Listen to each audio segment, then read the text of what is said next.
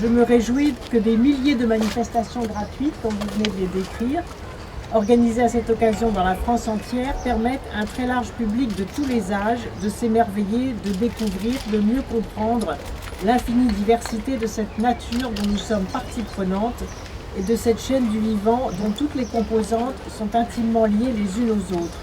La France est riche d'une exceptionnelle biodiversité terrestre et maritime. Mais malgré les progrès réalisés, notre capital naturel continue de se dégrader alors que nous pouvons redevenir une nation exemplaire. Et la loi que je défendrai prochainement au Parlement porte une vision neuve en affirmant le principe de solidarité écologique, c'est-à-dire cette idée simple que dans la chaîne du vivant, tout se tient et interagit. Connaître et faire connaître, c'est toujours par là qu'il faut commencer. Donner à chacun les moyens de savoir pour agir. Diffuser les savoirs, mettre en commun les connaissances, partager les états des lieux, aiguiser les curiosités, nourrir le débat public, c'est indispensable.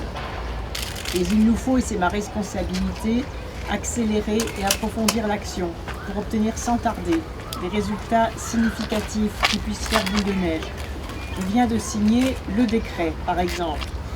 C'est un exemple éminent, qui restitue enfin au Marais Poitevin son label de parc naturel régional. Il sera publié dans les prochains jours au journal officiel. Je peux vous dire que je suis heureuse de cet aboutissement, d'un très long combat, pour sauver ce que Henri IV appelait la Venise verte, et qui représente avec ses 100 000 hectares la deuxième zone humide française et le plus grand des marais littoraux de l'Ouest. Je souhaite aujourd'hui également, et c'est la deuxième action forte qui marque cette semaine de la fête de la nature et de la biodiversité, accélérer l'interdiction des produits phytosanitaires et des pesticides dans les villes et villages. Et cette obligation de toute façon qui nous est faite d'éliminer les pesticides dans les espaces verts et qui s'impose en 2020, franchement, je pense que l'on peut l'anticiper et faire en sorte qu'aujourd'hui, l'ensemble des communes de France s'engagent dans cet objectif, villes et villages sans pesticides, zéro pesticide dans nos espaces verts et dans nos écoles.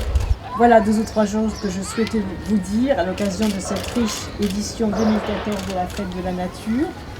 J'invite tous les Français à s'en saisir, à participer aux manifestations ouvertes à tous et organisées sur tous les territoires et portées par ce formidable réseau d'associations. Encore merci et bravo à toutes celles et tous ceux qui s'y investissent. Nous sommes très heureux que cette initiative, qui est celle de tous les professionnels de la nature, réunis dans le comité français de l'UICN, et cette initiative qui est aussi celle de Terre Sauvage, soit désormais pleinement reconnue par la ministre de l'écologie et qu'elle lui apporte son soutien et son enthousiasme. C'est pour nous évidemment extrêmement important et nous nous en réjouissons beaucoup. Pour retrouver le contact avec la nature, il faut incarner ce contact, il faut qu'il devienne concret et redonner le goût aux gens d'observer la nature.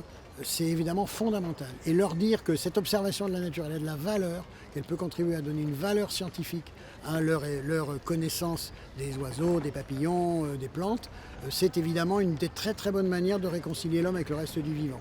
C'est toujours des signaux qui pour nous sont importants, parce que, surtout pour le monde scientifique, aujourd'hui, on vit dans des sociétés avec des questionnements très importants que tout le monde en fait a en tête, mais on n'arrive pas tellement bien à les formuler, à les expliquer. Et le scientifique a un vrai rôle, non pas de décision à prendre, mais de conseil à la décision. Et pour nous, le fait que la ministre vienne avec nous dans notre jardin des plantes à Paris, en plus à ciel ouvert, on n'est pas dans une pièce, était très symbolique et très fort pour nous, bien sûr. La biodiversité, et souvent les gens ont beaucoup de mal parce qu'ils pensent que c'est comme la nature, c'est une partie de la nature, c'est la partie vivante que je dis souvent, et à jouer un rôle fondamental. Je pense que c'est important pour qu'on ait beaucoup plus d'humilité, beaucoup moins d'arrogance qu'on a envie de partager. Et ça marchera beaucoup mieux comme ça.